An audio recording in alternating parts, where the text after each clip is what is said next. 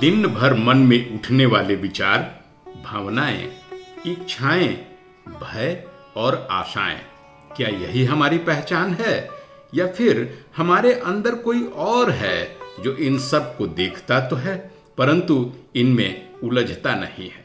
यही है मन और चैतन्य का अंतर और आत्मज्ञान की पहली सीढ़ी भी।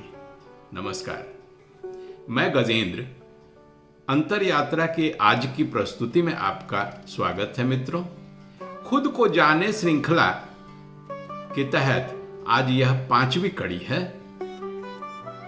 इस श्रृंखला के अंतर्गत हम पहले जान चुके हैं कि पंचकोश क्या है, हमारे शरीर के ऊर्जा तंत्र क्या होते हैं, इनसे उत्सर्जित होने वाली ऊर्जा को प्रवाहित करने वाली नाड़ियां क्या करती हैं, प्राणवायु क्या होते हैं,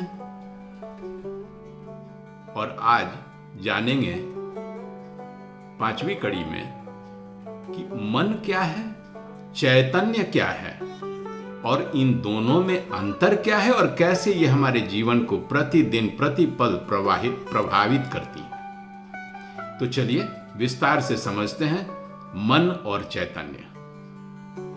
तो मन वो है जो सोचता है, कल्पना करता है, याद रखता है और इच्छाएं भी गढ़ता है। यह हर परिस्थिति में रंग बदल लेता है, गिरगिट से भी तेज। हालात के अनुसार भावनाएं बदल जाती हैं। कभी छोटी सी बात पे आह्लादित हो जाता है और कभी आशंकाओं से भी बोझिल हो जाता है। उपनिषदों में मन को उपकरण के रूप में समझा गया है। यह प्रपंच का जाल है, अपने आप में वास्तविकता नहीं बल्कि विचारों का ताना बाना है। आधुनिक विज्ञान भी यही कहता है कि मन दिमाग के न्यूरॉन्स की गतिविधियों का डिस्प्ले बोर्ड भर है। जब जब और जैसे जैसे न्यूरॉन्स सक्रिय होते हैं वैसे वैसे भावनाएं डिस्प्ले बोर्ड पर अंकित होती रहती हैं और हम सोचते हैं कि यही हम हैं, पर क्या सचमुच हम यही हैं? कुरुक्षेत्र के मैदान में जब रणभूमि सजी थी, दोनों ओर के बलशाली योद्धा आपस में आमने सामने खड़े थे। अर्जुन के मन यानी डिस्प्ले बोर्ड पर स्वजनों का प्रेम और युद्ध का भय डिस्प्ले होने लगा। रो पड़ा अर्जुन, गांडीव गिरा दिया, युद्ध से और अपने कर्तव्य से विमुख होने लगा। तो कृष्ण ने उनका डिस्प्ले बोर्ड बदल दिया। उसे दिखाया कि जो वह देख रहा है वह तो ऑलरेडी मर चुके हैं, घटित हो चुकी है वो घटना।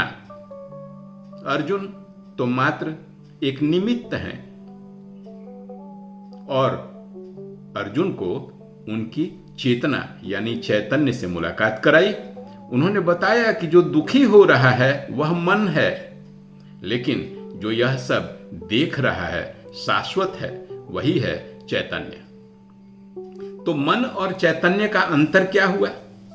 मन जैसे सतह पर इठलाती इतराती लहरें और चैतन्य जैसे शांत समंदर। मन जैसे शोर, चैतन्य जैसे मौन। मन जैसे डाटा प्रोग्राम्स जो डिस्प्ले बोर्ड पर दिखते हैं और चैतन्य वह डिवाइस जो खुद तो कहीं नहीं जाती लेकिन यह सब वही डिस्प्ले करती है टीवी स्क्रीन पर। उदाहरण, किसी ने आपको अपमानित कर दिया, यदि आप तुरंत क्रोध में आकर अपनी प्रतिक्रिया डिस्प्ले कर दिए, यह मन है आपका डिस्प्ले बोर्ड। लेकिन यदि आप ठहर गए और यह देख लेते हैं कि हां मुझे गुस्सा तो आ गया, लेकिन इसको डिस्प्ले करने की अभी जरूरत नहीं है, यही साक्षी भाव है, यही आपका चैतन्य है। अपने सामने घटित हो रही घटनाओं को देखना बिना उससे प्रभावित हुए, बिना उलझे, अपने विचारों को देखते रहना, यह जीवन की सबसे बड़ी शक्ति है। और जब आप अपनी चेतना को खुद नियंत्रित करने लगते हैं, मन के बहकावे से चेतना को अलग रखने में सफल हो जाते हैं, तो आप साक्षी भाव में जीने लगते हैं। आधुनिक विज्ञान भी इसको पहचानता है। माइंडफुलनेस, मेडिटेशन और इमोशनल इंटेलिजेंस, ये सब चैतन्य की झलकियां ही तो हैं। मान लीजिए आप ट्रैफिक जैम में फंसे हैं, मन झल्ला रहा है, बेचैनी और गुस्सा भी आ रहा है, और आप देख रहे हैं कि आपके डिस्प्ले बोर्ड पर क्या क्या चल रहा है। बिना उससे उलझे, बिना उससे प्रभावित हुए, यह आपकी चेतना है। बिल्कुल शांत समंदर, लहरों की तरह, इतराती इठलाती नहीं है। ये जानती है कि ये जैम तो 15 मिनट आधे घंटे में हटना ही है, यह शाश्वत थोड़ी है। तो जब आप सोशल मीडिया पर दूसरों की तुलनात्मक प्रतिक्रियाओं में, कॉम्पिटिटिव डिमॉन्स्ट्रेशंस को सिर्फ साक्षी भाव से देखते हैं, खुद उसमें नहीं कूद पड़ते हैं, यह आपकी चेतना है। कठिन तो दिखता है। प्रश्न यह उठता है कि क्या हम केवल मन में ही जीने की को अभिशप्त हैं, या हम चैतन्य की शरण में जा सकते हैं? समाधान क्या है? मन की उथल पुथल से प्रभावित हुए बिना चैतन्य में कैसे जाएं? 5 उपाय बता रहा हूं, ध्यान से सुनिए, और एक बार में ना समझ आए तो फिर से रिवाइंड करके सुनिएगा। पहला उपाय है साक्षी भाव का अभ्यास, जो अभी हमने ऊपर में समझाया। जब भी कोई विचार या भावना मन में उठे, तुरंत इस उठ रहे इंपल्स पर रिएक्ट करना जरूरी तो नहीं।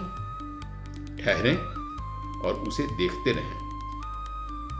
चेतना को स्थान दीजिए, अपना स्थान ग्रहण करने का।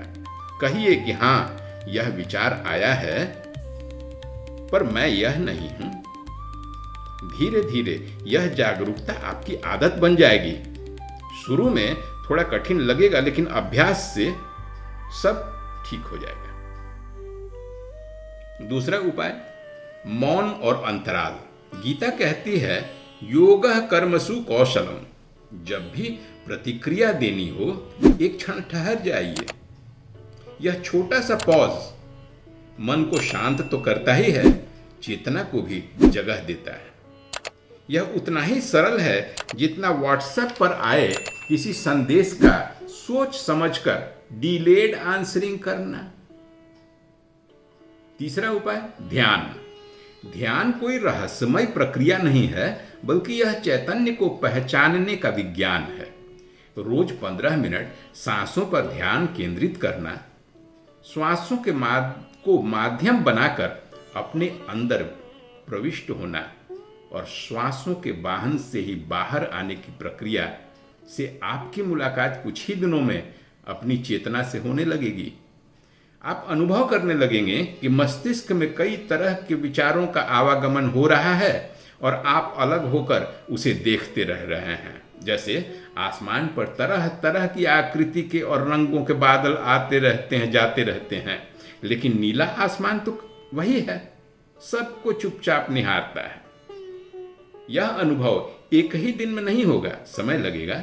अभ्यास है यह, पारंगत कोई नहीं है। सभी विभिन्न विभिन्न स्तरों पर अभ्यासरत हैं, आप भी अभ्यासरत कीजिए। चौथा, ज्ञान। शास्त्रों, उपनिषदों, प्रेरणादायी साहित्य या सत्संग लगातार याद दिलाते रहते हैं कि आपका मन अंतिम सत्य नहीं है। जैसे कोई आईना बार बार आपको आपका चेहरा दिखाता है ना, वैसे ही इस तरह की अंतर यात्रा की प्रस्तुतियां बार बार आपको आपके आत्मा या चैतन्य की याद दिलाती हैं। और 5वां उपाय तो व्यवहारिक है। व्यवहारिक जीवन में इसका उपयोग कीजिए, स्वयं अनुभव कीजिए। कैसे? जब डेडलाइन पास हो जाए तो मन घबराने लगता है। चैतन्य कहता है कि यह एक स्थिति मात्र है, मैं नहीं। यह स्थिति बार बार आती रहती है और परिवर्तित होती रहती है, लेकिन मैं तो यही। उसी तरह से जब रिश्तों में अपेक्षाओं और उम्मीदों के कारण दुख होने लगे, तो चैतन्य कहता है कि संबंधों में कुछ लेने की अपेक्षा क्यों करना, देने की सोचना श्रेयस्कर है।